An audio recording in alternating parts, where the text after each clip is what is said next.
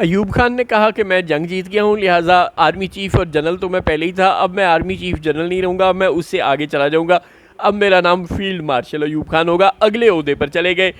انگریزوں کی فوج میں شاید کوئی ایک آدھا فیلڈ مارشل کبھی گزرا ہے، ایک ایسا جنرل جو دوسری جنگ عظیم میں، پہلی جنگ عظیم میں وہ جنگ جیت جاتا تھا تو انگریز اس کو پھر فیلڈ مارشل کا عہدہ دے دیتے تھے۔ تو ایوب خان نے کہا کہ میں بھی انڈیا کے خلاف جنگ جیت گیا ہوں، لہٰذا اب میرا عہدہ بھی فیلڈ مارشل ہوگا۔ تو اب پاکستان بھی انڈیا کے خلاف جنگ تو جیت گیا ہے، دیکھیں ہم مانے یا نہ مانے،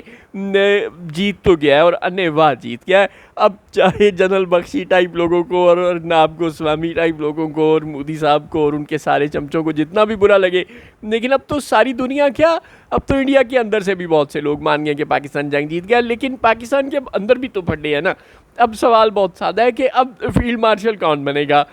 جہاں عام طور پر پاکستان کی تاریخ کو ذہن میں رکھیں تو فیلڈ مارشل کا حق تو پھر صرف عاصم منیر صاحب کے پاس ہے، لیکن پاکستان میں اگر اس جنگ کے دوران سب سے زیادہ کارناموں کی بات کریں تو وہ تو پھر ظہیر احمد بابر سدھو صاحب کی فورس نے کی ہیں، لہٰذا پھر فیلڈ مارشل کا حق ان کا بنتا ہے۔ لیکن اگر مریم نواز کی باتوں کو غور سے سنیں تو وہ تو کہتی ہیں کہ فیلڈ مارشل نواز شریف کو ہونا چاہیے، کیونکہ عظمہ بخاری صاحبہ اور عرفان صدیقی صاحب سب ہمیں بتا رہے ہیں کہ جنگ کا ڈیزائن تو اصل میں نواز شریف نے بنایا تھا، نواز شریف کی زیر قیادت ساری منصوبہ بندی ہوئی تھی، تو پھر فیلڈ مارشل کا عہدہ نواز شریف کو ملنا چاہیے۔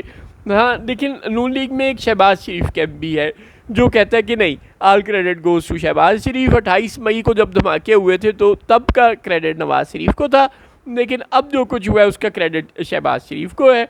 لہٰذا شہباز شریف کو فیلڈ مارشل کا کردار دیا جانا چاہیے۔ اور دوسری طرف شیری رحمان اور ندیم افضل چند اور ریار بخاری جیسے لوگ بھی ہیں، وہ یہ کہہ رہے ہیں کہ صدر زرداری کی قیادت میں پاکستان نے یہ جنگ جیت لی ہے،